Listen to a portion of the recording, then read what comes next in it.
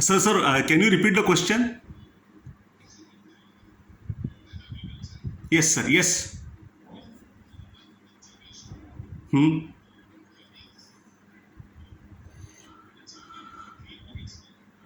Acha. Yes. Yeah. Yes, sir. Yes, sir. Yes, sir. Yes, sir. As far as the observation is concerned, my observation is that the IPCC committee of the on climate change actually has warned against the global warming.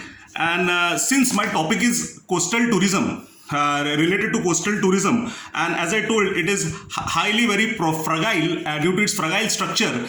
It is likely to create more negative externalities. So even if this topic comes under business economics, under the purview of business economics, under the purview of business economics, we cannot ignore the externalities because they will be interlinked. There are economic linkages, and therefore my observations are that, as far as my potential observations are that. Day by day, your people are increasing. There is less awareness among the tourists as far as the maintaining the what you say the sustainability part. The awareness among the tourists is very less, and due to that, more and more carbon footprints are getting generated day by day. There is a lot of very less awareness about the sustainability issue even among the tourists, among the governments, rather from policy orientation point of view, policy making. I mean, my observations are that, or my expectations rather, are that the policy making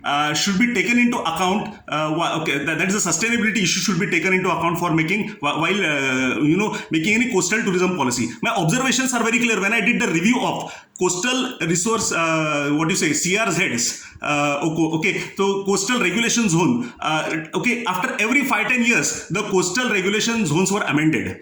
And of course, in 2000, in fact, 13, coastal regulator CRZ was actually further, diluted to CMZ, that is coastal management zone.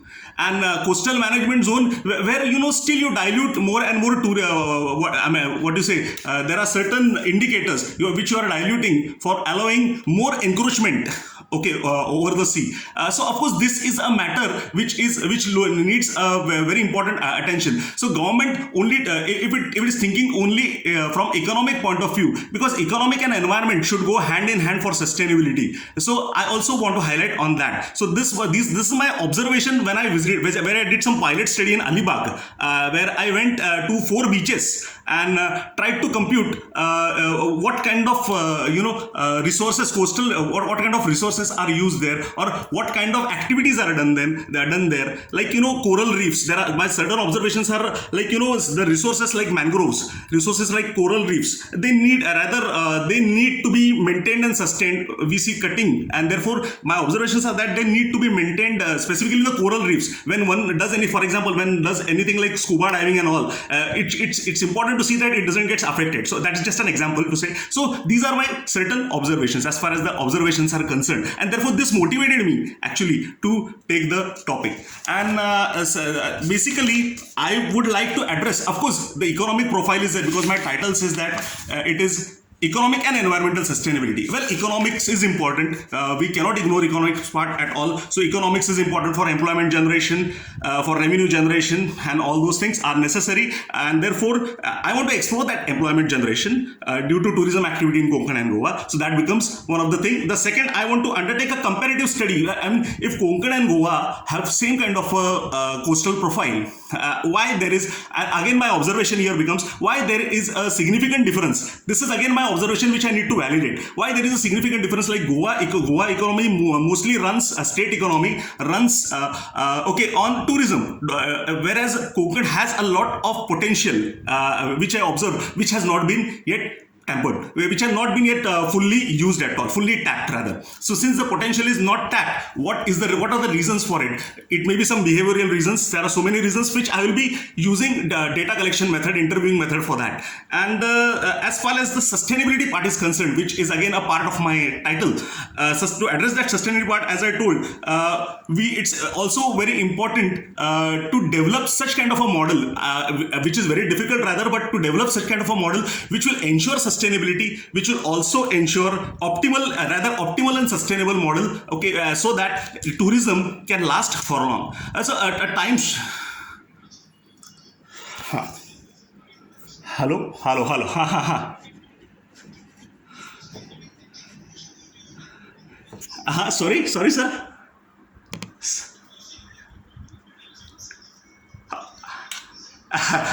Yes, sir. Yes. Yeah. Sir. Sorry, sir. I'm Amit Joshi from Swami Vivekananda Knight College. I have been teaching economics last 20 years. Earlier, I was in Acharya Morathe College, and then I left that college and joined this Swami Vivekananda College from Department of Business. Actually, I did my masters in economics and econometrics, and then I shifted to, of course, from University of Mumbai, and then but I have been given the task of teaching the business economics, that is BCom.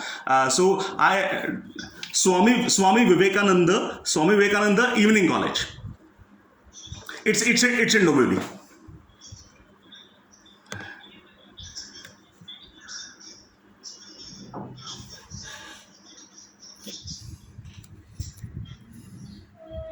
Huh?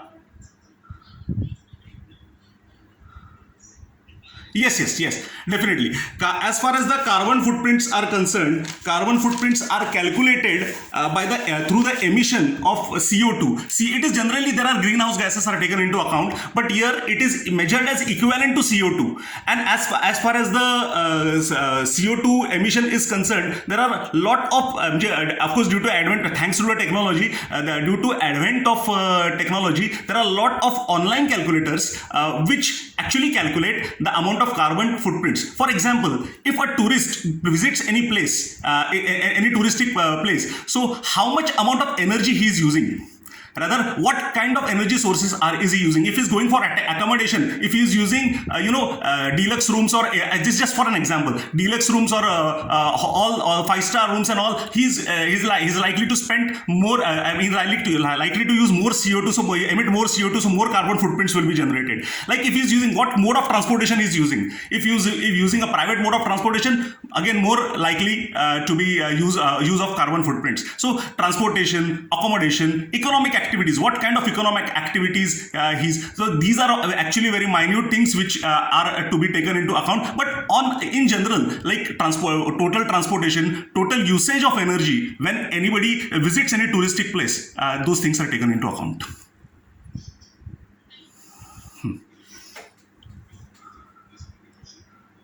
Yes, sir. Huh?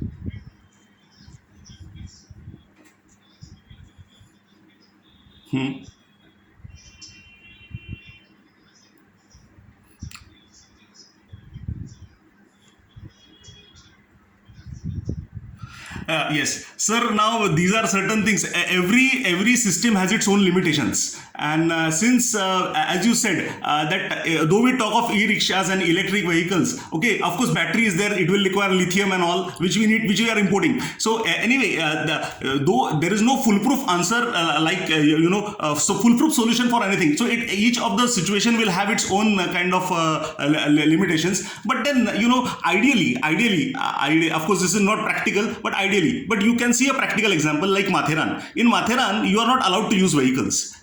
when you visit Mathiran like place, you just have to only, I think a toy train goes there, upper area you just have to use horses. So definitely that is an example of balancing the, of course, and tourism in Mathiran is very very popular. People across the country or across the state as far visit there. So therefore you can see that kind of a model. I can see that kind of a model even in coastal areas. So when you have to use go for an ecotourism, less use of transportation can be can be one of the aspect which can be taken into account. Rather encouraging more public transports. Look at having encourage, as you said, e-vehicles, electric buses, if it comes, encouraging more and more public transportation with and giving better facilities in the public transport rather than using discouraging the private transports by having more and more taxes and like that. Of course there are a lot of issues, sir, like carbon credit things, like things are also there, but anyway I'm not going to that. I'm limiting my research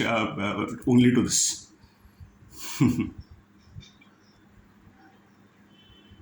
Yeah. Yes, yes. Yeah.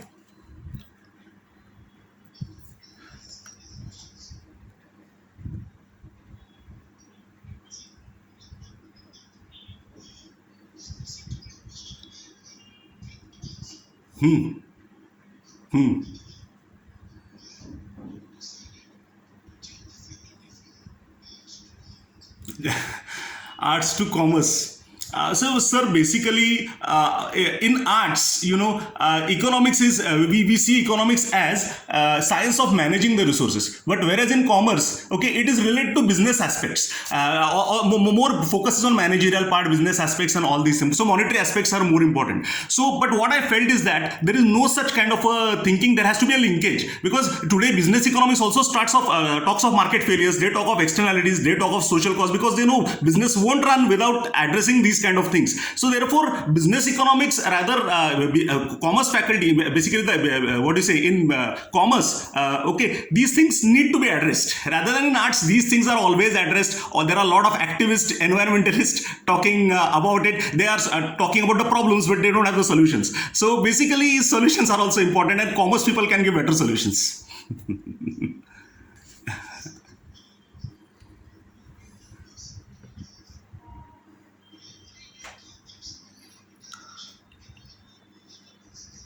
Yes. As far as the percentage of primary data is concerned, it will be less, because when I will be comparing the economic part, that is the revenue part and the income part, employment part, I may resort.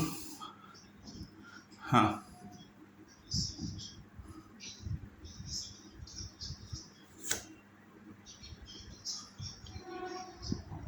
Yes.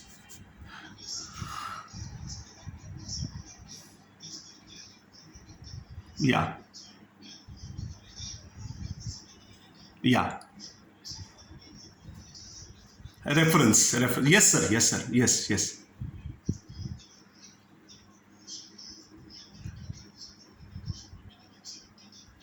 Yes, sir. Yeah.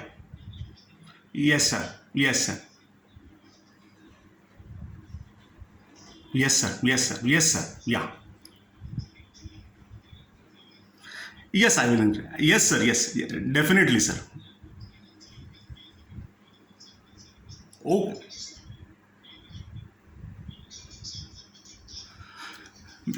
yes, my sampling method will be cluster sampling. Because see, when we talk of Konkan, it is divided into districts. Now Palghar also is a new district. So Palghar, Raigad, Ratnagiri, and even Sindhurga, and in Goa also few districts. But that way, we need to divide what is the areas into certain clusters and sectors. Each districts, among each districts, which taluka place or which specific places in the radiance of some average kilometer. For example, if the coastline of Ratnagiri is 180 kilometers, for instance. So if I want to select four, so I can divide. I can take say 45 kilometers for that kind of a geographical thing I can do, where 45 kilometers. What do you say? The average distance between the two sectors which I select can be around 40, 45, whatever it is. This is just an example. I'm planning to do that, so that that kind of areas will be as samples will be collected in both Goa and Maharashtra.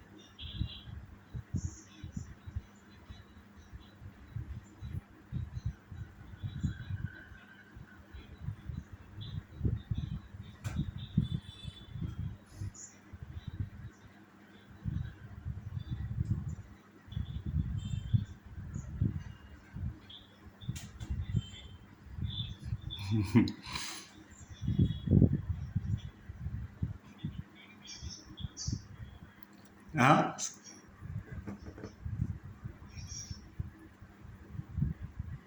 Hello, madam.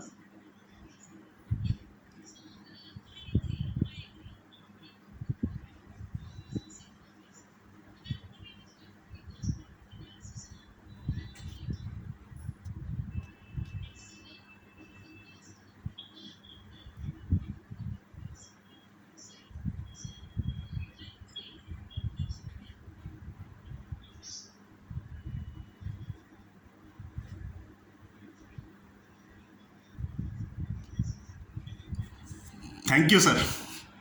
Thank you, sir.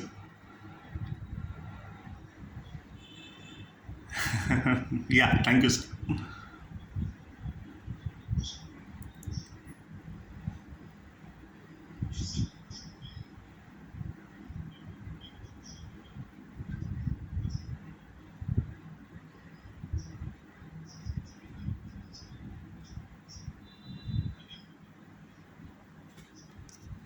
Thank you, sir.